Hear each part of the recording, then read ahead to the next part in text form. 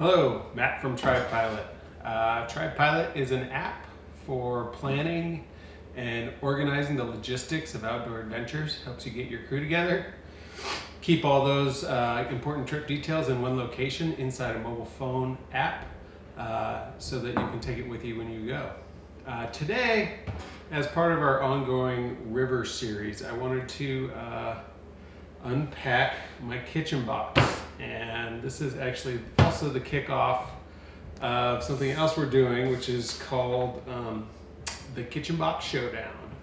So there's a separate site on Instagram, Kitchen Box Showdown, where we're going to do a competition for who's got the best kitchen box. We're going to be doing some giveaways, and the winner's going to walk away with a couple of sweet prizes. We'll see what we can put together, but we're definitely going to make it worth your while. This one will definitely not be the winner, but I did want to unpack it because I put this together as a very efficient, small kitchen box that I can put in the back of the boat as opposed to the dry box, and just show you how I did it. I built some custom shelves in here and stuck a drawer in there so that I can be a little bit more organized. So I'm gonna put this away and let's get started. So first, I use this NRS box, which is semi-dry. It does have a gasket around the top to keep the water out, but it's not 100%. If I submerge the boat or get splash too big, we're definitely gonna get water in there. However, it's a kitchen box. Nothing is gonna keep me up all night because I'm wet. And then additionally, I attach these carabiners and these straps for this webbing just to give it a couple of nice holds, handles, get it in and out of the boat. And it's got a couple of cam straps across the top. So the way I organize this is the lid comes off, usually sticks down somewhere, and then I take out kind of the key elements. So I got some tongs, I've got a drying rack that hooks to a roll top table for drying all the dishes after they're done. A couple little towels. I just kind of stuff some stuff in the top. Bunch of garbage bags. I always keep coffee in the kitchen box because I like coffee. And that's kind of it for the top level. So I usually take this stuff out, organize it. I'm going to move it to this other table I have over here, and then I flip this upside down, or flip this on its side, and this is kind of my kitchen box. And the first thing you'll notice, there's a shelf up here for the 2-burner stove, which I'll set up. Additionally, I have a cutting board that lives under that, and some paper towels also up top. So you can see we're starting to line out our kitchen. This will pop up. And then I built this little drawer here, or built a spot for the drawer. I also have a ladle for the big coffee pots I make. Inside the drawer has a couple of simple utensils, some knives, spatula, spoon, the Leatherman, some seasoning, some dish soap, and then a couple of forks and knives and a carving handle. I really like these knives that are sheathed. Keeps them sharp, so that we don't have to worry about it. A couple extra lighters, a scrub brush for dishes. Just kind of whatever you use every day. I've kind of collected this stuff over the years, and it works pretty well. I always know it's in here. I don't have to pack it, from the kitchen drawer. This stuff is just dedicated to the kitchen box. So that goes back in there. On the side, I do have a little bit bigger knife, as well as my lighter. Longer lighter. I carry a lot of lighters. I always think that I'm one short or one's about to run out, so I just pop another one in there and I end up having too many. But too many is way better than too few. So that's kind of all the simple stuff.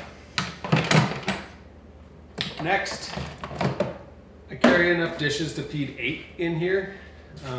So some bowls, some square plates, just a stack of each. That's gonna get the entire, a small crew enough to get by. I always also typically ask that everybody bring their own, just in case I don't have enough. But for emergency's sake, if it's a small enough group, I got it taken care of. I always carry a strainer to strain any dishwater or coffee grounds, things like that. It's just a way to be a little bit more environmentally conscious when you're out. They recommend you do that to keep all the food away from the critters, so that we don't cause problems on the river. And that's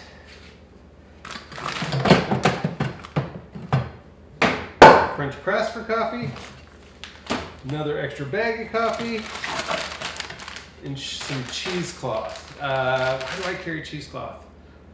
With a big group camping, you can actually take cheesecloth, take a whole pound of coffee, put it in the cheesecloth and cinch it up, drop it in a big pot, fill the pot with water and boil it, and you have a giant pot of coffee if your crew is large enough. And then, hence the ladle, you just ladle out cups, and if your crew really likes coffee, this is kind of the way to get everybody full cups instead of the half ones, driving it from the French press. Honestly, the French press tastes a lot better, not gonna lie there, but sometimes it's just about getting the job done. It's not about the best tasting coffee. Some people would definitely argue with that. And then the last thing I have in here is my dishwashing station. I do a pretty good, I like to do a good job. I'm gonna move this over again.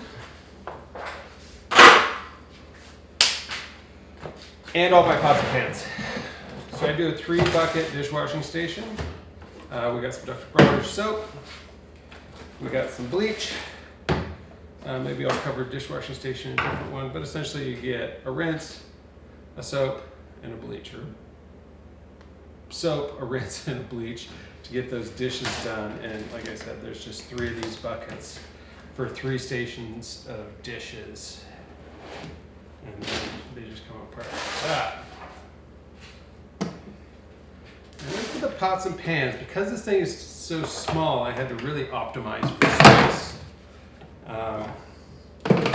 So how do you get a bunch of pots and pans given everything else I've crunched in here? Well, check this out. This is a Sea to Summit pot. It's got this nice lid with a strainer. Inside nests a couple little food containers, so I use these for leftovers, whatever that might be. They go in the cooler, I eat them the next day. There's one, here's another one, same deal. It unscrews, pops open, you can put your leftovers in there, has a nice sealing cap so that it's not gonna, your cooler water's not gonna get in. But the tricky part is this, it's got a metal bottom, and it pops out, and you can boil water in there. So that was my solve for the most space efficient pot to boil water and some containers to go with it. And it works pretty dang good. Use it a lot. Additionally in here I always keep some hot sauce because I don't like not having hot sauce. Little bag of spices, oils, things like that for the cooking. The big pan I use is this GSI. It's got a non-stick coating. I would always recommend non-stick. It just makes life easier. This little handle that I've been tossing around fits right in. Like so. You got your egg cooker. It's really great. Works wonders. Never had a complaint with it. That's the GSI product. But there's a lot of good ones out there on the market. I have a couple more Sea to Summit, collapsible food containers that we'll use. A little bit bigger one here. We might make a salad in that for the group, and then another storage one as well. more hot sauce, and then my propane hoses. And I do carry back here a spare propane canister, but anymore I carry, actually I got it right here, this bigger propane tank that allows me to put a splitter on it, like so. And then I have two hoses that connect in here, and one goes to my 2-burner stove through this, and the other might go to a barbecue, grill, or some other device that you might have around the campfire. And then at night, once dinner's done, I have a little propane fire pit right here called Little Red, and that, you know, when you're not allowed to have fires, we'll hook this propane tank up to that and get the ambiance of fire. It's not as hot, but it definitely suits the purpose and keeps the kids happy. So 2 propane hoses for that. And then this is just my silverware drawer, if you will, which just has a mishmash of plastic spoons, metal forks, just stuff I've collected over the years by people leaving stuff behind, stuff I've purchased, a couple extra plastic bags. I'm guessing there's a lighter in here too somewhere. But yeah, that's how I do it with my kitchen box. What the real mission here of the Kitchen Box Showdown is for you guys to show me up. I know there's some amazing kitchen boxes out there, and I want to see them. We're going to do a little competition where you post your kitchen box on just a series of photos. No need to do a video like this. You post your kitchen box on Instagram with a series of 5 to 10 photos of how it all fits together, organizes, what you view as critical, and that'll go online, and then we'll have the community kind of vote on who's got the best kitchen box. And they'll be the 2020 winner of the Kitchen Box Showdown. We've got a couple of prizes lined up already. Number 1, bragging rights is probably the biggest prize. We'll give you a sticker to stick on your kitchen box that shows that you're the winner. Those will only go out to winners. And we'll probably have something else fun, like a gold-plated mug or maybe a gold-plated spork. So check that out on Instagram. It's at Kitchen Box Showdown. And stay tuned. We're just getting started on this series. So there's gonna be a lot more coming your way. So stay tuned and subscribe to the channel. Thanks.